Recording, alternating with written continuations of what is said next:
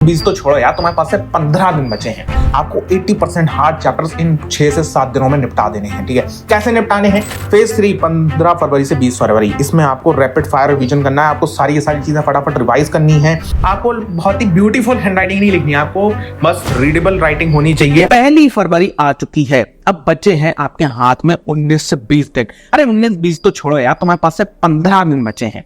इस 15 दिन का क्या तरीका है भाई? क्या पढ़ा तुमने? नहीं सर, पढ़ाई नहीं हो पाई, ये हो गया, वो हो गया, ये ऐसा हो गया।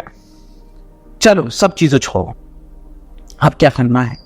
जो एम करा था साल की शुरुआत में, मैं पेरेंट्स से कहा था कि हम कितने मार्क्स लेके आएंगे, हम लेके आएंगे 90+ लेके आएंगे। क्या अब भी तुम में वो जोश है? अगर वो जोश है तो मेरे को पहले भाई कमेंट सेक्शन में लिख कि भाई मेरे पास में जोश है, फिर मैं बताता हूं कैसे करना है। देखो मैं बता सकता हूं, मैं तुमको बता सकता हूं कि तुम्हें करना क्या है। करना तो तुम्हीं को है, जो स्क्रीन को उस पार बैठा उसे करना है। ठीक है, मेरा काम है तुमको बताना। मैं तुमको गाइड कर सकता हूं कि करना क्या है, करना तो तुम्हीं को है। तो पहली बात लिखो जरा कमेंट सेक्शन में जाके, हाँ sir I am fully prepared कि मैं अब जो होता है नहीं चुप बैठूंगा। अगर मेरी कितनी भी प्रिपरेशन हुई उससे फर्क नहीं पड़ता। मैं 70% में बैठा हूं, मैं 60 पे बैठा हूं, मैं 80 पे बैठा हूं, मुझे 10% बढ़ाना है, मुझे 20% बढ़ाना है, मुझे 30% बढ़ाना है। ठीक है, उनकी बात करते हैं। आइए चालू करते हैं वीडियो को। 98% लाना है हमें, तो लाएंगे कैसे? अब देखो, जो अब सिनेरियो है उसमें 3 फेजेस बैठती हैं। पहली फेज 1 से 7 फरवरी। क्या करना है? वही चीज जो मैंने थोड़े दिन पहले तुम्हें स्ट्रैटेजी वीडियो में बताई थी।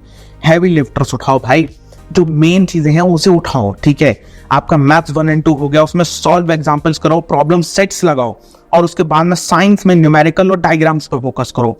क्योंकि देखो, आप सर हमने टॉपिक ही नहीं पढ़ा, अगर ऐसा वाला प्रॉब्लम है, वन शॉट्स देखो, 10 से 12 घंटे पढ़ो, लेकिन एक दिन में उसको निपटा दो। ठीक है, अब उसके बाद में कोई इफ बट का एक्सक्यूज नहीं होना चाहिए। ठीक है, अब एक्सक्यूज का टाइम नहीं है भाई।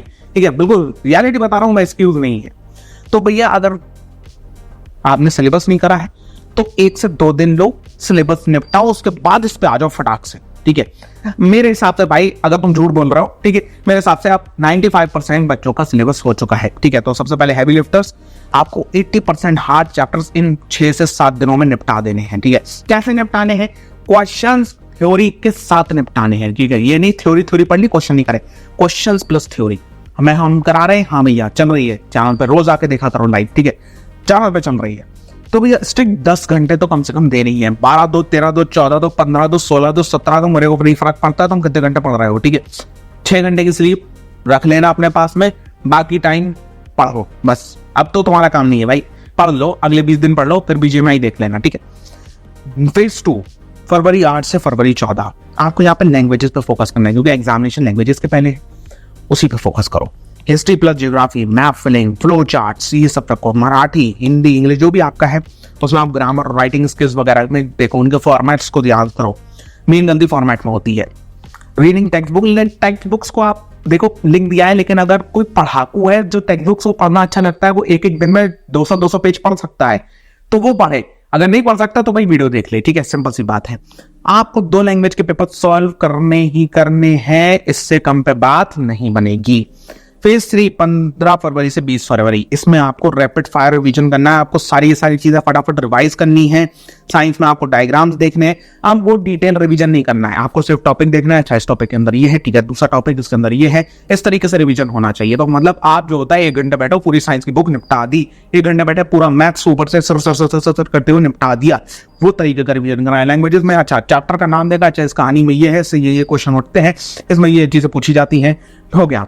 लेटर का फॉर्मेट है, बोर्ड पे या पेपर पे, सादे पेपर पे लिखो, मैथ कर लो, हाँ हो गया, ठीक है, अलग। बस इस तरीके से रिवीजन करना है आप तुमको। उसके बाद में तुम्हारा ये रूटीन है, लेकिन रूटीन मैं तुम्हें हमेशा कहता हूं कि भाई हर बच्चे का अपना है, तो तुम अपने हिसाब से बना सकते हो। मैंने यहाँ पे लिख दिया 6 से 9 तुम ये करो, उसके बाद ये करो, उसके हिसाब से ये करो, लेकिन भाई ये तुम्हारे ऊपर पूरा डिपेंडेंट है कि तुम इसमें कैसा मॉडिफिकेशन करना चाहते हो। That's totally depend on you. आपको जो होता है टॉपर सीक्रेट्स कुछ बताना चाहता हूँ, जो मैंने अपने फॉलो करे थे अच्छे मार्क्स स्कोर करने के, मैंने बताए हुए बहुत सारे स्टूडेंट्स से फॉलो करे और उन्होंने भी बहुत ही बेहतरीन मार्क्स स्कोर करे हैं। मैंने करीबन 24 लाख बच्चों को मेंटर कराया। ठीक है, हाँ, तो आपको जो होता है ड्रॉ लाइंस करना है आफ्टर आंसर्स, मतलब आपको आंसर करने के साथ साथ में उसमें इंपॉर्टेंट कीवर्ड्स को नीचे अंडरलाइन भी करना है, और आपको जो होता है हर आंसर को सेपरेट भी करना है। मतलब बोले तो सर क्या चक्कर है, ड्रॉ लाइन आफ्टर आंसर मतलब, और कीवर्ड के नीचे भी लाइन। समझो जैसे ये एक आंसर है और एक ये आंसर है, तो भैया इसके बीच में आपको एक मार्जिन जरूर खींच देनी है कि ये एग्जामिनर को पता रहे ये क्वेश्चन नंबर 1 का आंसर है, ये क्वेश्चन नंबर 2 का आंसर है, तो एक मार्जिन होनी चाहिए आंसर के बीच में। बहुत सारे बच्चे लाइन नहीं छोड़ते हैं, वो मिक्सअप हो जाता है, मिक्सअप होता है तो वो दिखाई नहीं देता है। ठीक है, ये चीज जरूर है। ये चीज आपको क्यों बता रहा हूँ अभी से, ये तो भैया एग्जाम से एक दिन पहले बता देते। ये आपको अभी पेपर्स में प्रैक्टिस करनी है, जो सैंपल पेपर्स आप लगा रहे हो उसमें आपको करना है। ठीक है, आपको बहुत ही ब्यूटीफुल हैंडराइटिंग नहीं लिखनी है, आपको बस रीडेबल राइटिंग होनी चाहिए, आपको उसे ब्यूटीफुल नहीं बनाना है। ठीक है, ये बात आपको ध्यान रखना है। तो भैया अपना सिलेबस पूरा करो और मेरे को बताओ जरा तुम कितना एक्सपेक्ट कर रहे हो अपने बोर्ड एग्जामिनेशंस में। In the comment section video को लाइक करो, और जो भी प्रॉब्लम आ रही है इस टाइम लिख दो भैया कमेंट सेक्शन में। I am here to help you out in your journey. So भाई ऑल द बेस्ट, आप कर सकते हो, अभी भी टाइम है, आप अपना प्रॉमिस पूरा कर सकते हैं। मैं मिलता हूं आपसे इसकी नेक्स्ट वीडियो में, तब तक के लिए गुड बाय।